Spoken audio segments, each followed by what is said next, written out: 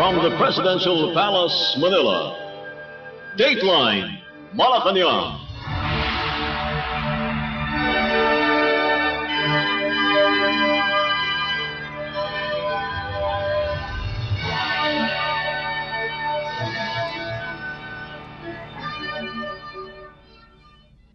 Good day.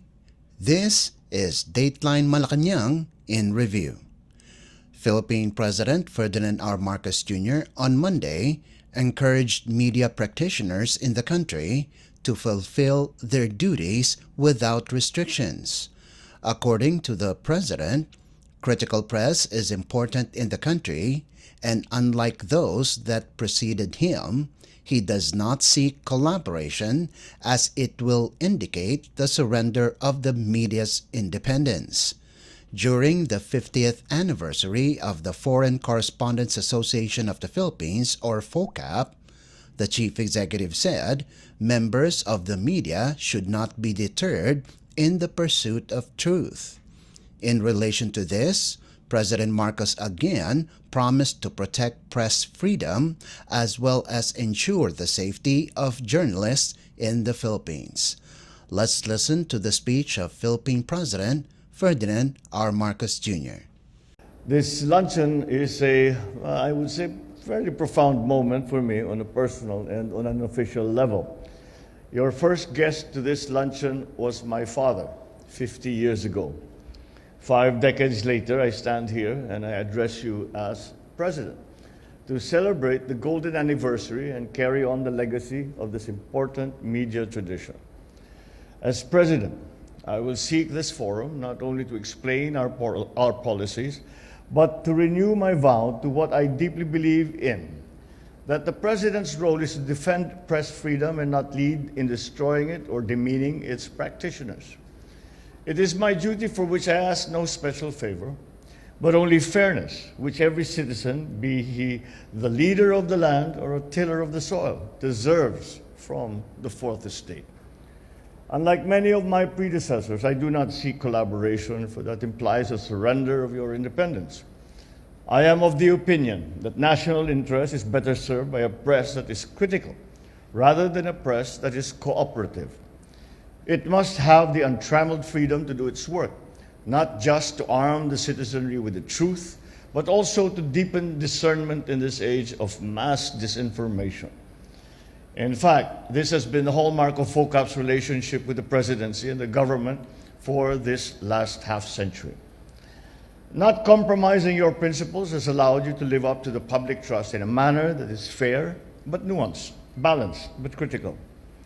The principal role of the press is not to applaud those who govern, but you hold us accountable without holding back and giving praise to those who deserve it and providing criticism for those who deserve that.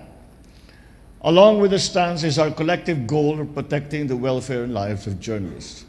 This administration remains committed to bringing justice to the members of the press who were slain in the line of their noble duty. Rest assured that this government, through the Presidential Task Force on Media Security, is always on top of ensuring a safe environment for media practitioners in the country. It is in this spirit that I come here today, to render a candid report and exchange ideas on matters that affect the country. I stated at the start of my administration that we would not yield 1 inch of territory to any foreign power. In recent years, the Philippines has been at the receiving end of illegal, aggressive, and irresponsible actions in the West Philippine Sea. It is crucial that the media, including the members of FOCAP, to continue to expose these actions that not only threaten the peace and stability of the region, but also undermine the rules-based order that has underpinned global development and prosperity over the previous century. We must do everything to defend our sovereignty, exercise our sovereign rights and jurisdiction, and uphold our national interests. We also continue to seek and strengthen mutual partnerships with like-minded neighbors, friends, and allies to promote peace and ensure stability in the region. Having said that, the rule of law and global consensus are our greatest tools in securing our maritime territory. So while our nation faces its own trials, we remain deeply concerned about the ongoing humanitarian crisis in Gaza. And despite the geographical distance, our country is not spared from the impacts and shocks that the conflict provides as we continue to experience food and energy insecurity, along with the challenges in the global supply chain and continuing rising inflation. We continue to hope for a comprehensive, just, and lasting peace in the region for the safety and security of affected families, some of whom are Filipino. Allow me also to reiterate that the International Criminal Court has no jurisdiction over the Philippines, as we remain to have a working judicial system and law enforcement mechanisms. This administration's concept of the anti-illegal drugs campaign has also been transformed, as we are focusing more on prevention and rehabilitation. Under the banner of Bagong Pilipinas, we are steadfast in adhering to our shared mission of advancing the welfare of Filipinos and nurturing a truly free and safe environment for all journalists. Philippine President Ferdinand R. Marcos Jr. Dateline Malacañang. Philippine President Ferdinand R. Marcos Jr. and the Department of Tourism, or DOT, on Monday awarded the top 15 local government units, or LGUs, that won in the Tourism Champions Challenge, or TCC. The TCC is the DOT's response to the President's vision for the Philippines to become a tourism powerhouse in Asia. Citing the National Tourism Development Plan of 2023 to 2028, Tourism Secretary Cristina Frasco said, the DOT is committed to the equalization of tourism product development and promotion. In his speech during the event, the chief executive said, the national government will bring more infrastructure, implement tourism-friendly policies, and arouse interest from global audiences. Let's listen to the speech of Philippine President Ferdinand R. Marcos Jr. Let me greet you in the same cheerful manner we Filipinos have been welcoming our guests to make them feel at home right away. Mabuhay. It has been said that a successful tourism program must possess 5 essentials. As ACE or ACES, accommodation, accessibility, activities, amenities, and attraction. Today, we can add another A to that, awards. Because if you want our tourism industry to attract more MIC or meeting, yung MICE tinatawag, or meetings, incentives, conventions, exhibitions, we must first entice them with a different set of MICE. And we have redefined it for the purposes of explaining that. Ngayon, MICE are merits, inducements, commendations, and entitlements. This challenge to elicit creativity will magnify the magnetism of Philippine tourism is a step in that direction. So I would like to congratulate the Department of Tourism for striking a rich vein of talent and tapping various stakeholders for innovative ideas that will energize and enhance tourism development in our country. For indeed, the best way to draw crowds is to crowdsourcing ideas and how to bring them in. The response to this Tourism Champions Challenge, I have been told, has been nothing less than overwhelming. Taken together, the submissions form one impressive catalog of creativity and innovation. It is also heartwarming to note that these are not mere proposals anymore, but they are existing projects of proven value and that have already shown unqualified success. This is the way tourism should be developed in our view. Like economic growth, not relying on trickle-down, but built from the ground up. You and I are all aware that we are in the midst of a great travel resurgence, which must be met with our own tourism renaissance. That is why we have been modernizing our airports, from Clark to Cebu. Soon, we will bravely unravel the newly improved Manila International Airport, Laguindingan Airport, the Bohol Airport are all in the pipeline now. We have also been upgrading our seaports, paving more roads to tourism spots. We are investing in the upskilling of our human resource that is the linchpin of any hospitality business. And when our friendliness is matched with our fabulous sites, it is the perfect combination. It is hard to beat. We are world class. We have sun.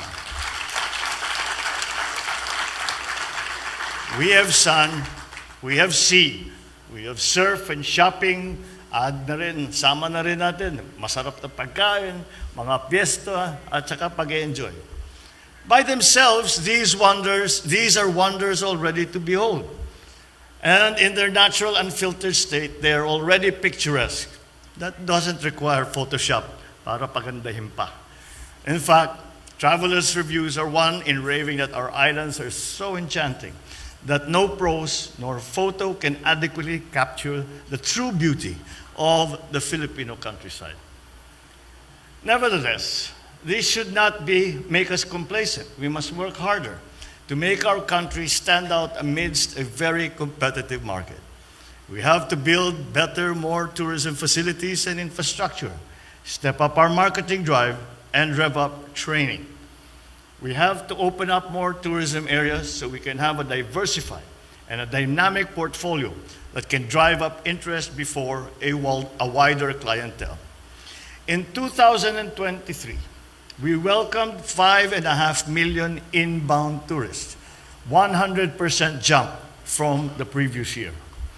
This year, the DOT has targeted 7.7 million inbound tourists, backed by the arrivals surpassing 1.2 million in the first 2 months of 2024. The DOT has expressed optimism in sustaining the gains that we have made. But we would all be very happy if we can breach this target again, like we did last year. Make no mistake about it, the world is ready to love the Philippines. And when I say that, for all of us here who live in the Philippines, have been traveling around the Philippines, we know how beautiful the Philippines is. We know that it does not matter where our visitors come from. We can show off with great pride the Philippines. But I must tell you, for somebody who talks to many other nationalities from around the world, what really brings the travelers here, that really brings the tourists here, are certainly the beautiful sights, certainly the fun activities, certainly the great facilities. But the most important part of it is the Filipino, the heart of the Filipino, that we show the love of the Filipino, that we show even strangers who we have never met before and will no longer meet after they have come here. But ganyan talaga ang ugali ng Pilipino. Ganyan talaga ang ugali natin dito sa Pilipinas. At yan ang pinakamalaking sa aking pagpalagay. Yan ang pinakalaging hinahanap ng mga turista na pumupunta dito sa Pilipinas. How many times have you heard it? Come to the Philippines, it's a beautiful country. But come for the people. So let us highlight not only the beauty of the Philippines, not only the physical wonderment that they will find when they come here, but that warmth, that affection, the love that Filipinos always bring to their relationship. We show the world that we have long been ready to love them back. Today, our LGU tourism champions have proven equal to that challenge. With these merits in mind, the Tourism Infrastructure and Enterprise Zone authorities approved the grant of an additional 5 million pesos for each winner to the funding support that we have garnered under the Tourism Champions Challenge.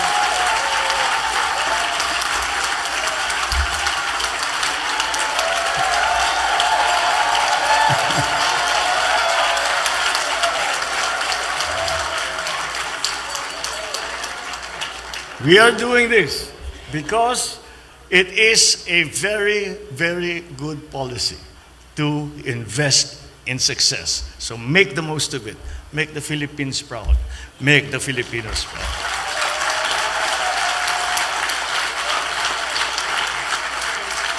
Each winner deserves this additional reward towards building infinite capabilities to make everything better. It is also reaffirmation of my belief that local governments are our indispensable and active partners in national development. Be assured that we will match your industry, equal your dedication, and complement your work. The national government will build more infrastructure, implement tourism-friendly policies, and arouse interest from global audiences. As we move forward with optimism in our heart, let us commend Secretary Cristina Frasco, the Department of Tourism, and the TIESA for doing exemplary work on these games. They have fostered a conducive environment for creative and innovative tourism through this initiative, which meets one overriding objective. Sa bagong Pilipinas, mas maraming bisita ang darating at pasasayahin. Philippine President Ferdinand R. Marcos Jr. Dateline Malacañang. Philippine President Ferdinand R. Marcos Jr. said on Monday, rather clarified, that the trilateral agreement signed between the Philippines, the United States, and Japan was not directed at anyone, but merely a strengthening of relations between the three countries. In an interview with the President during the 50th anniversary of the Foreign Correspondents Association of the Philippines, or FOCAP, President Marcos said, the point of the trilateral meeting is to provide an area of peace and stability in the region so that all can find a way in this new global economy. First of all, the trilateral agreement, as I was explaining when I was in Washington, D.C., was that it is not a response to the immediate occurrences, incidents that are happening to us, with us, around us, but really a continuing development and evolution of the relationship that we have always had with the United States and with Japan. And in truth, it formalizes what the U.S. and Japan and the Philippines have already been doing together. Now, of course, security and defense are a great part of that trilateral agreement. But an even greater part of the trilateral agreement are the economic cooperations that are being fostered by the trilateral agreement. We went during the summit with Prime Minister Kishida and President Joe Biden. We went into quite a bit of detail as to what those areas are: semiconductors, renewables,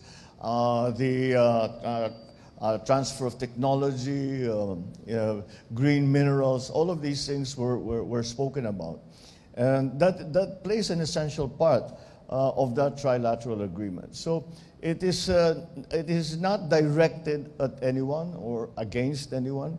It is merely a strengthening or a formalization and institutionalizing, I suppose, the relationship of the United States, Japan, and the Philippines. Now, the security and defense part of that trilateral agreement, of course, speaks of interoperability, speaks of joint exercises, which seem to be perfectly, which we have been doing, again, we have already been doing before, but we have now put it down on paper in a formal document as to what we plan and how that partnership will continue to evolve as time goes on. So when it comes to the security and defense aspect, of the South China Sea, of the West Philippine Sea, really what the aim of the trilateral agreement But it's not only the United States, Japan, and the Philippines. It's very many other countries all around the region, and even as far as EU, as far as North America, is really to maintain the freedom of navigation along the South China Sea. Simply because it is a recognition that the world right now is still having to recover from the pandemic economy, from the shocks that came from the Ukraine, the war in Ukraine, and then now the Middle East. We just had a big escalation with Iran attacking Israel. So these are the elements that we are having to deal with. These are the shocks that are completely beyond our control. So we have to maintain commerce, we have to maintain the peace, we have to maintain stability. And that's what really the point of the trilateral agreement is so that we provide for ourselves in the region, in the Indo-Pacific region, an area of peace and stability so that we can all find our way in this new global economy, post-pandemic economy. And I think that's really the point of that trilateral agreement. Philippine President Ferdinand R. Marcos Jr. Dateline Malacañang. Philippine President Ferdinand R. Marcos Jr. on Monday said the Mutual Defense Treaty, or MDT, between the Philippines and the United States will be invoked if a Filipino serviceman is killed in the West Philippine Sea, or WPS. In an interview, the president explained this when asked when the MDT will be invoked amid recent aggressions by China against Filipinos in the WPS. President Marcos added that regardless of their designation, if they are killed, then that is an attack to the Philippines. I think Secretary Austin explained it very well. If any serviceman, Filipino serviceman, is killed by an attack from any foreign power, then that is time to invoke the Mutual Defense Treaty. I actually, when I spoke to him in Washington, I thanked him for making it very, very clear to everyone, and he did precisely that. He was asked the same question that we are all asked: when do you invoke the Mutual Defense Treaty? When does it kick into action? And he said that's if a Filipino serviceman is killed because of an attack or an aggressive action by another foreign power.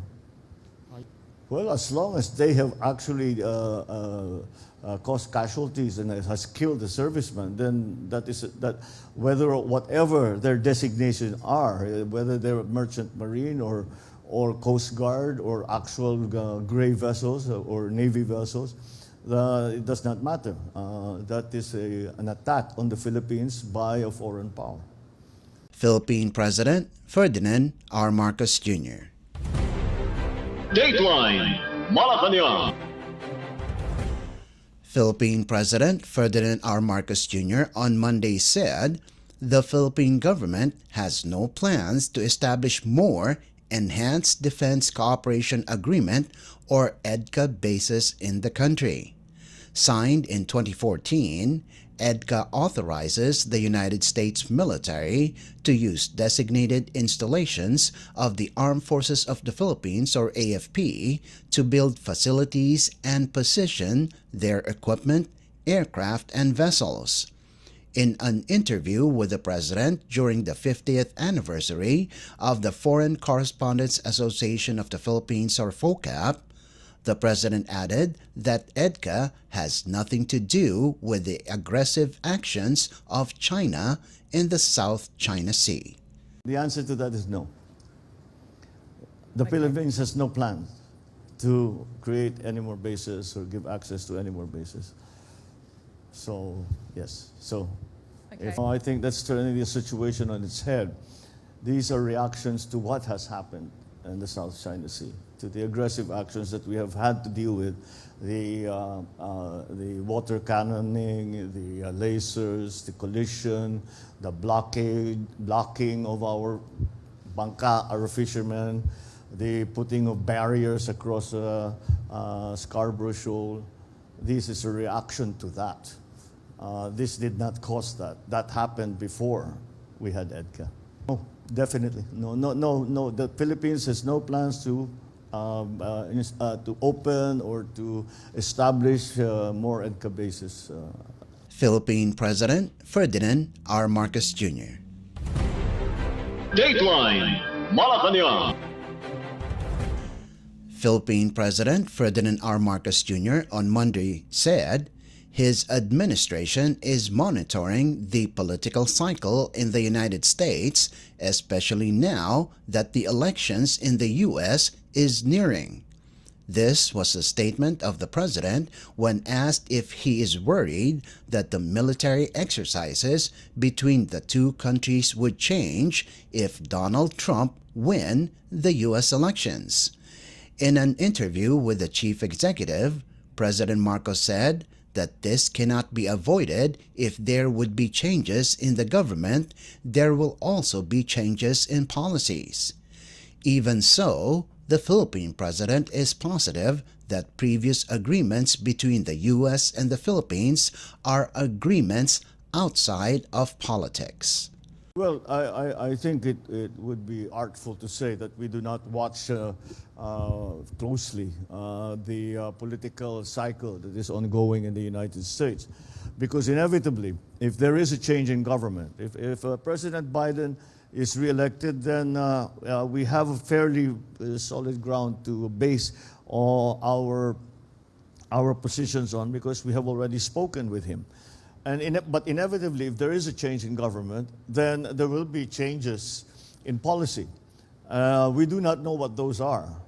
But I believe that what we have agreed with the United States are beyond politics. And I think that since they almost rise to treaty agreements, those treaty agreements must be honored.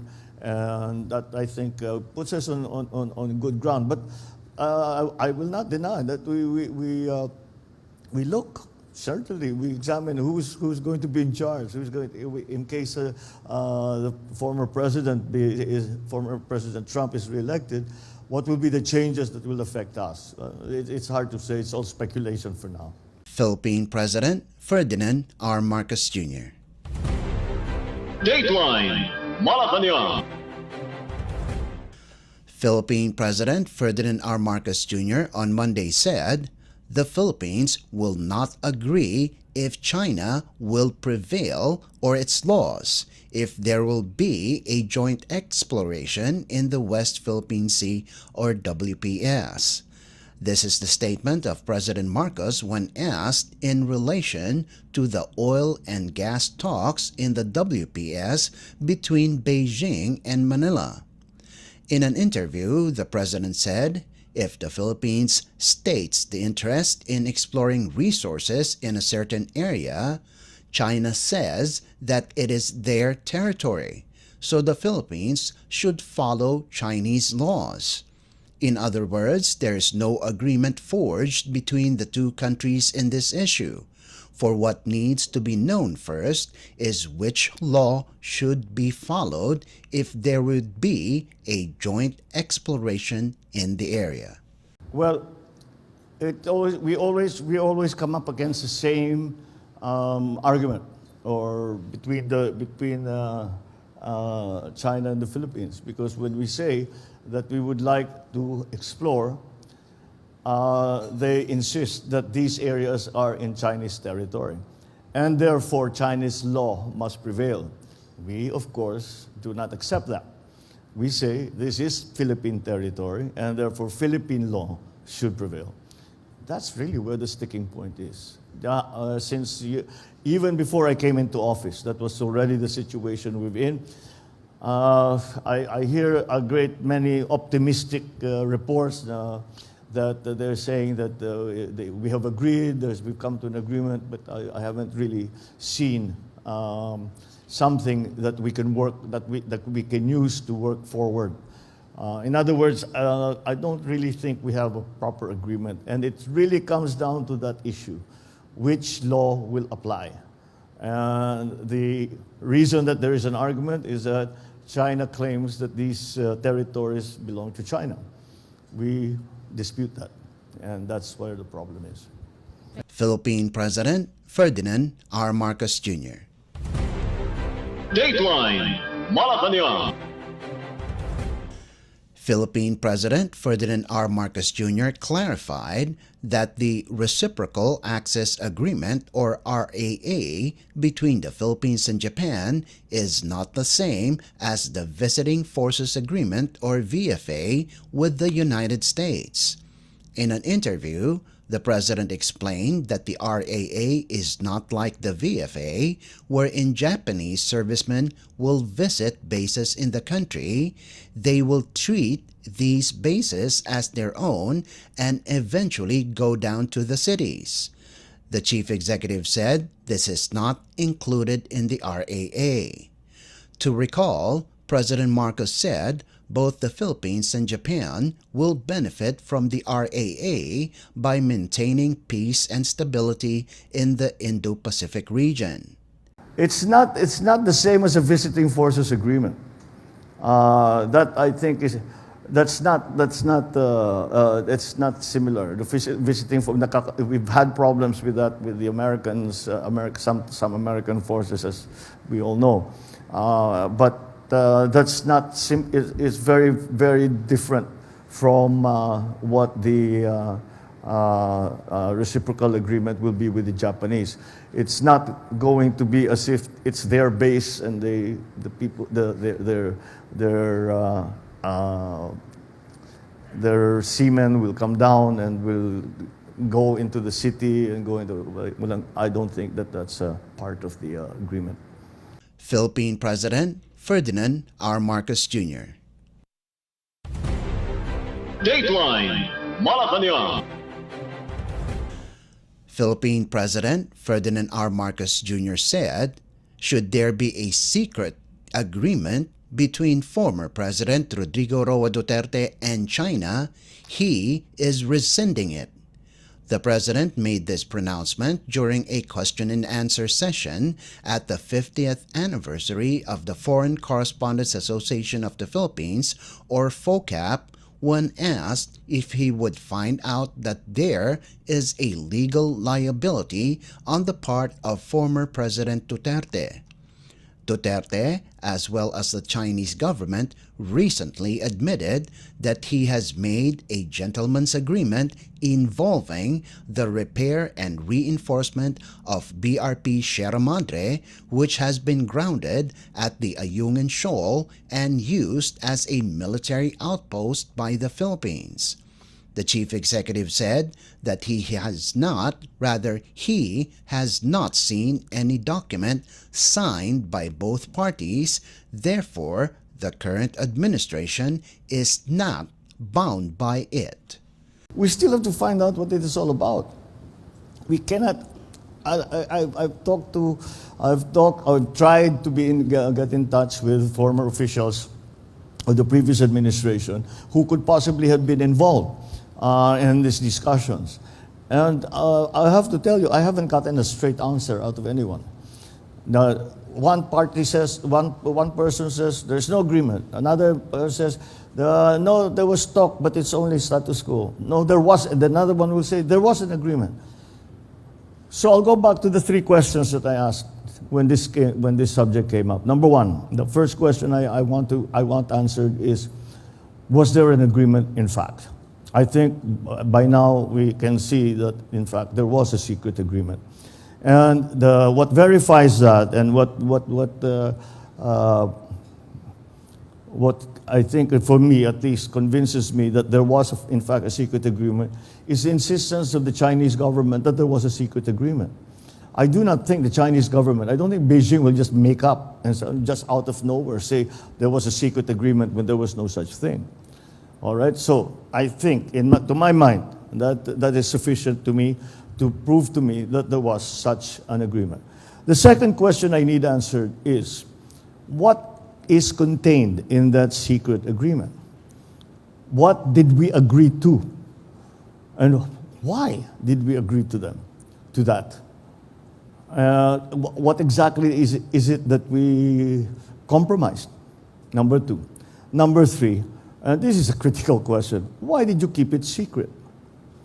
Why is there not one single document that contains that agreement? Why is there not one shred of evidence that can show that this agreement exists? Why, when the transition period between the previous administration to this administration, did no one mention a secret agreement? Why was it kept secret? These are very simple questions, but I'm finding a great deal of difficulty finding answers for them, because I hear one thing and another thing and another thing and another thing. It's all very maraming palusot. In other words, I don't know how to translate that in English, but maraming palusot. Let's see how there could possibly be a legal liability. There is no evidence of any agreement. Okay. What did we, is there a document that is signed? I'd love to see it. You know, it does not affect the Philippines. And if there is, I have said that before, when this first came up a few months ago, and it turns out that the Chinese are insisting that there's a secret agreement, and perhaps there is. And I said, I don't know anything about the secret agreement. Should there be such a secret agreement, I am now rescinding it. So I've rescinded it, if indeed it exists. We are so far from getting to the truth, to the nub of the thing. We are so far away from it yet that it's very hard to give a reaction to those questions. Let's get those three questions answered. We've answered the first one. Now, what is contained in that secret agreement, and why was it kept secret? Those are the two questions left. Once we get those three answers, real answers, then we will know what to do. Philippine President Ferdinand R. Marcos Jr. Dateline Malacañang.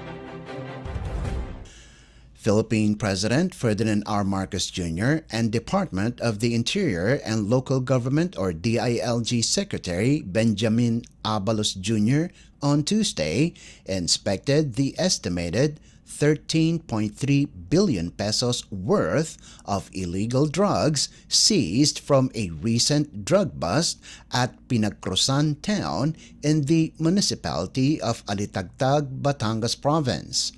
According to DILG Secretary Abalos, this stands as the biggest drug haul on a single operation in the history of the country's anti-illegal drugs campaign.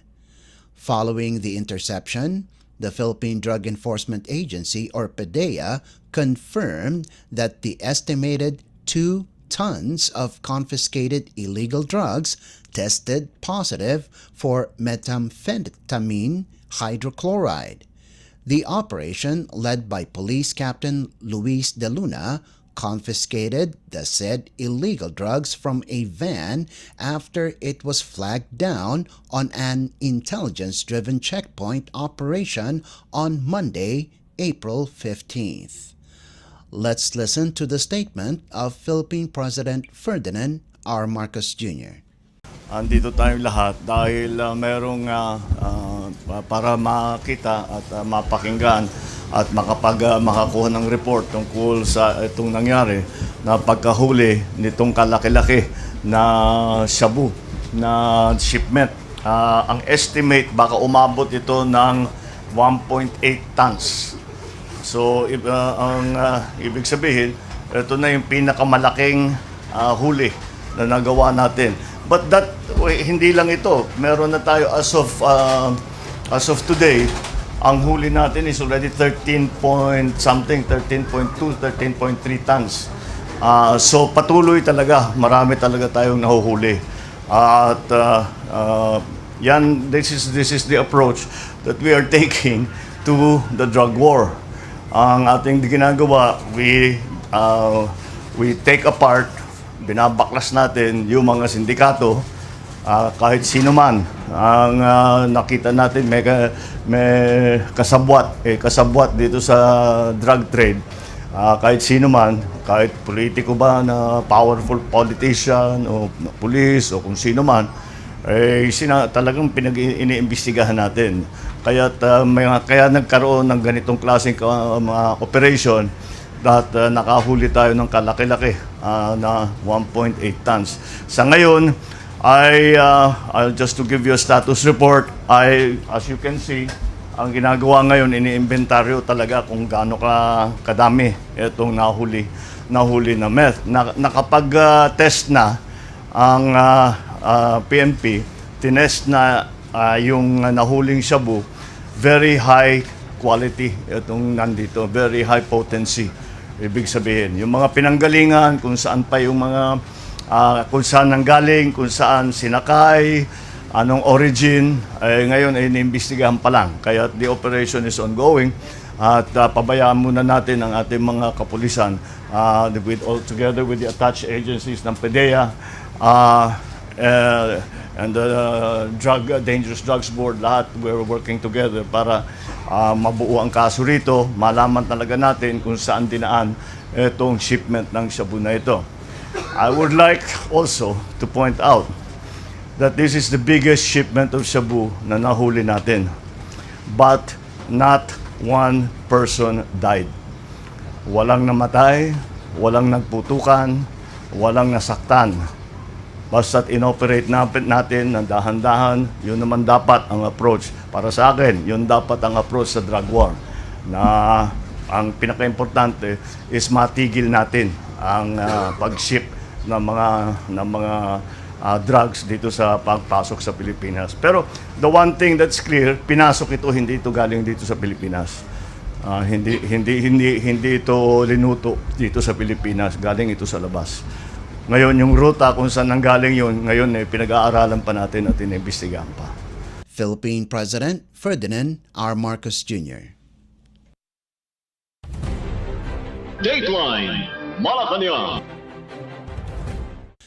Philippine President Ferdinand R. Marcos Jr. on Tuesday said no change is needed in the administration's anti-drug campaign as law enforcement agencies were able to seize substantial amount of illegal drugs. In a media interview after inspecting the inventory of crystal meth or shabu seized in a police checkpoint in Batangas province, the president believes that his administration's approach to the crackdown of illegal drugs is the best yet. 2 tons of illegal drugs were confiscated from a van that was flagged down on an intelligence-driven checkpoint operation on Monday at Pinagcrusan Town in Alitagtag, Batangas, and tested positive for methamphetamine hydrochloride. No, quite the contrary. Why will we change? Look at the success that we have gained. As I said, not only this 1.8 tons, the many tons that we have already seized. So it's much more than it has been in the past. So it is the most successful approach to the drug war so far. So why will we change it? We won't change it. We'll continue to do what we are doing.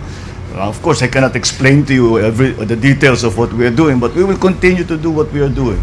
And that's the reason I think that so far we have been able to see such a big amount of generally shabu or methamphetamine. Yeah, so we'll just keep going. We'll just keep doing what we're doing. Philippine President Ferdinand R. Marcos Jr. Dateline Malacañang. New Zealand Ambassador Peter Francis Tavita Kell on Wednesday said Prime Minister Christopher Luxon will be arriving in the country Thursday for an official visit and will meet with President Ferdinand R. Marcos Jr. later in the day. In his farewell call on President Marcos in Malacañang Palace, Kell said Luxon's mission is to show the rest of his delegation, comprising around 25 top business leaders, to do more business in the Philippines. Prime Minister Luxon's visit will highlight both nations' commitment to to stronger ties as they move towards the 60th commemoration of the establishment of their bilateral relations in 2026. The New Zealand envoy said his tenure was briefly extended for the visit of Prime Minister Locsin to Manila. Ambassador Kell said he is confident that he'll leave his post with the Philippine-New Zealand relations stronger than ever. For his part, the President expressed his gratitude to Kell for his initiatives in the last 4 years to strengthen the bilateral relationship between the Philippines and New Zealand. Ambassador Kell served as New Zealand's envoy to the Philippines since 2020. Throughout his tenure, he managed and fortified bilateral relations between the two nations, encompassing political, economic, and cultural spheres. The Philippines-New Zealand formal diplomatic relations span 57 years since its establishment on July 6, 1966. Dateline Malacañang. The Philippines and New Zealand have taken steps toward deeper defense cooperation, including the possible establishment of a Visiting Forces Agreement or VFA, as President Ferdinand R. Marcos Jr. and New Zealand Prime Minister Christopher Luxon met in Malacañang on Thursday. In a joint statement after the two leaders' bilateral meeting, both the President and Prime Minister Locsin committed to maintaining and strengthening defense engagements while exploring new frameworks of cooperation to deepen defense ties. Both sides committed to the signing of a Mutual Logistics Supporting Arrangement or MLSA by the end of 2024. And to concluding a Status of Visiting Forces Agreement or SOFA. Aside from the United States, the Philippines also has a SOFA with Australia and is currently developing a similar defense pact with Japan known as the Reciprocal Access Agreement or RAA. These types of military partnerships allow Filipino and foreign soldiers to train in each other's territory, as well as share military equipment and assets. The two leaders also welcomed the development of stronger economic linkages between the Philippines and New Zealand and reaffirmed their shared commitment to upholding the rules-based trading system. Let's listen to the remarks of Philippine President Ferdinand R. Marcos Jr. during the joint statement of the President and New Zealand Prime Minister Christopher Luxon. We mark today an important milestone in the friendship between Philippines and New Zealand as we welcome Prime Minister Christopher Luxon and the New Zealand delegation to the Philippines. Our interaction and engagement with New Zealand is guided by our shared Pacific heritage, our common experiences as maritime nations, and by our collective desire for peace, stability, and prosperity. It is indeed a natural course for us to work towards enhancing our relations that will see the Philippines and New Zealand grow closer and cooperate more extensively on various areas, including trade, investment, defense, environment, climate change, maritime security, people-to-people linkages, and in multilateral endeavors, a very full list. On the economic front, the Philippines will continue to partner with New Zealand in maximizing the benefits of the rules-based trading system as strengthened by international arrangements such as the Asia-Pacific Economic Cooperation, or APEC, the Regional Comprehensive Economic Partnership, or RCEP, and the ASEAN, Australia, and New Zealand Free Trade Area. We will remain committed as fair and active stakeholders in this globalized and highly connected economic system, with the end goal of further realizing inclusive and sustainable development for our peoples. The Philippines welcomes a mechanism that will shepherd our joint efforts on economic relations. Our two governments will explore avenues to realize this important step in achieving a healthy, balanced, significant, and sustainable bilateral investment and trade. My team will always be ready to work with their New Zealand counterparts so we can maximize the potentials, raise our economic relations to much higher levels. This system and the unprecedented growth that the region has been experiencing for many decades now are anchored on the stability enabled by the rules-based order and shored up by international law. The Philippines welcomes New Zealand's continued commitment to advocate for the peaceful resolution of disputes in accordance with international law, including through the United Nations Convention on the Law of the Sea. Your support, Mr. Prime Minister, and that of the New Zealand government strengthens the overarching principles on which our continued march to prosperity and regional security are anchored. We are delighted to acknowledge the intent of our friends in New Zealand to join our efforts towards a comprehensive maritime security for our region. Accordingly, we look forward to the institutionalization of our bilateral endeavors in maritime security that will have our respective law enforcement and civilian agencies working together to address common threats at sea. Our comprehensive maritime cooperation is envisioned to deal with a wide range of issues, from piracy to illegal, unregulated, and unreported fishing, terrorism in the maritime domain, contraband smuggling, wildlife trafficking, amongst others. The next few years will likewise witness our two countries jointly contribute in the global effort to realize the noble goals of the Paris Agreement and minimize the effects of climate change on our peoples and the region.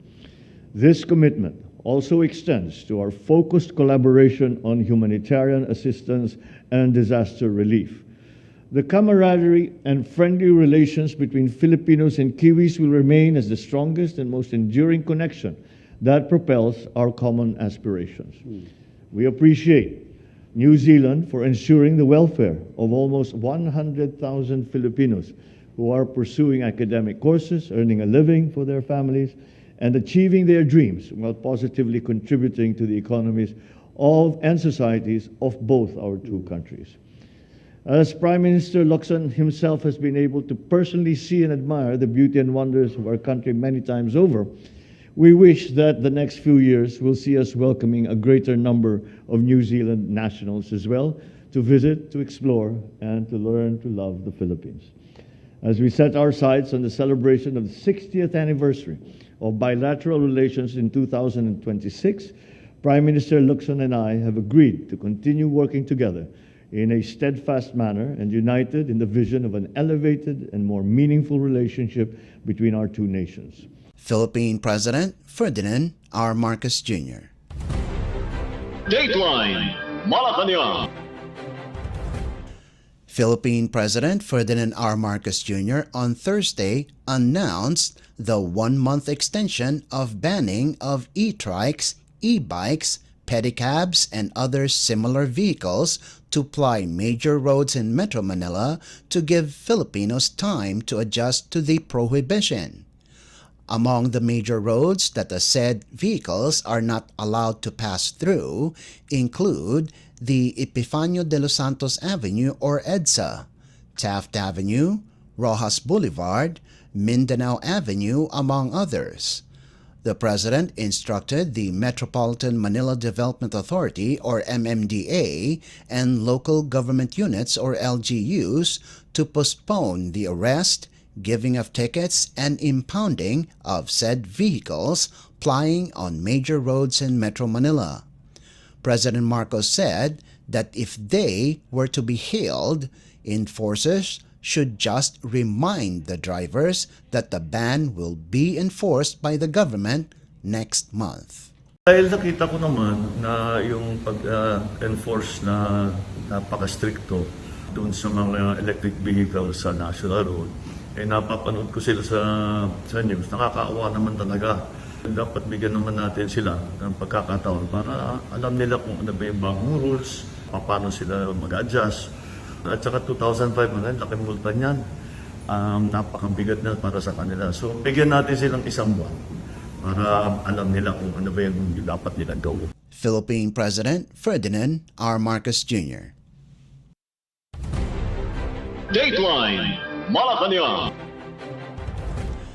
Philippine President Ferdinand R. Marcos Jr. on Friday led the grand launch of the National Fiber Backbone Phase 1, a major step towards a digitally connected Philippines for the eventual fulfillment of the administration's commitment to provide high-speed internet throughout the country.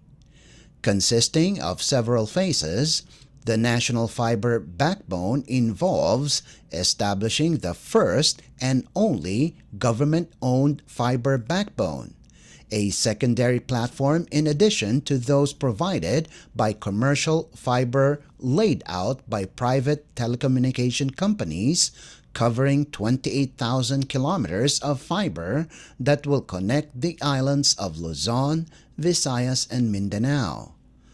The project is expected to be completed by 2026, where internet will be readily available for national government agencies and local government units, as well as other Department of Information and Communications Technology or DICT last mile projects such as the Free Public Internet Access Program. Let's listen to the speech of Philippine President Ferdinand R. Marcos Jr.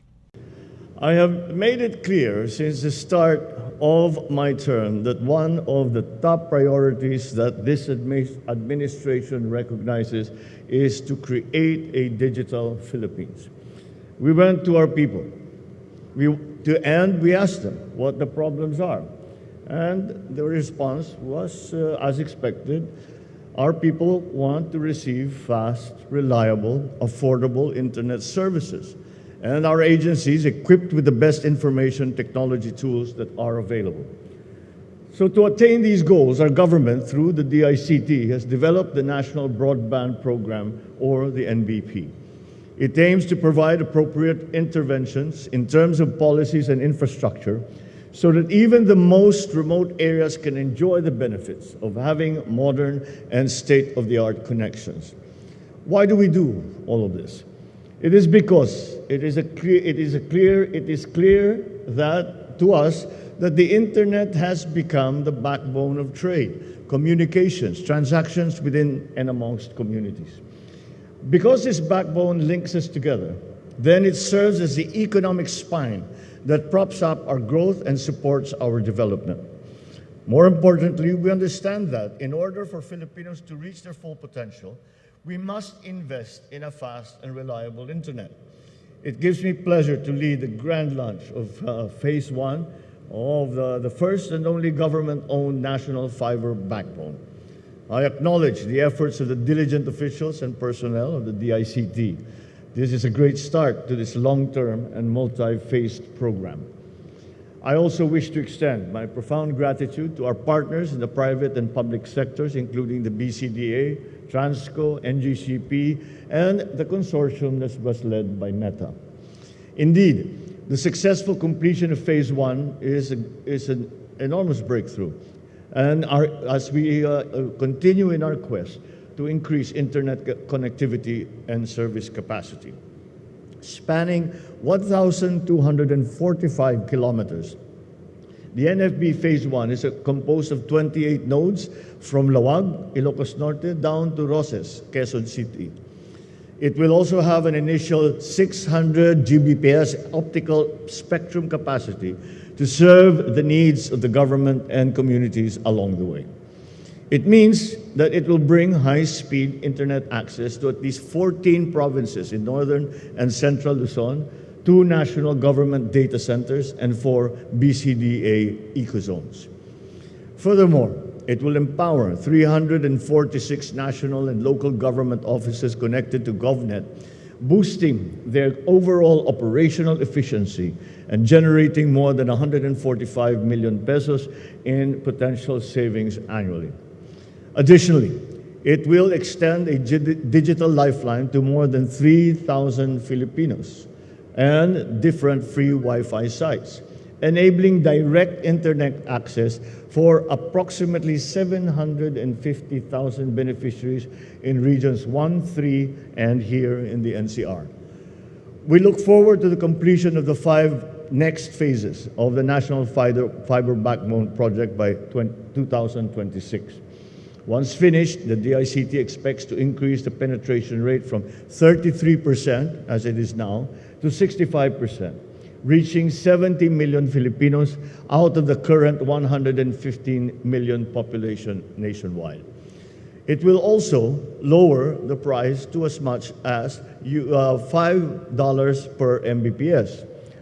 Lastly, nationally, this is the infrastructure that will open employment opportunities, improve market efficiency, attract foreign investment, and stimulate livelihood across the different sectors of our economy and our society. It will close the digital divide and bring to our people the transformative power of free and fast access to information. It will allow the state to guarantee the people's enjoyment of the internet as a basic human right. Even this early, we are assured that the NFB Phase 1 will already make a significant impact on our internet connectivity, as well as in the day-to-day activities of ordinary Filipinos. One of the most important aspects that we have always focused upon is an effort, and that's why connectivity has been very important, is that it is a very big push to bring MSMEs into the digital space, so that we get to the point where the sari-sari store doesn't sell only to the village. The sari-sari store can sell anywhere. And that brings us into the digital space. Even what we refer to as nano enterprises. I mean, I'm talking about the shoe shine boy, the mechanico who has odd jobs, all of these. The nano enterprises will also have access to that. And that will give them more opportunities. And that is such an important part of the economic transformation that we are hoping to achieve here in the Philippines. And as we begin to reap the benefits of this project in our daily lives, let this serve as an indicator of even grander ambitions and developments in the country in the future. That is, if we remain determined and steadfast in completing the next phases of this project to further build on our capacity, boost our connectivity, and foster greater inclusivity.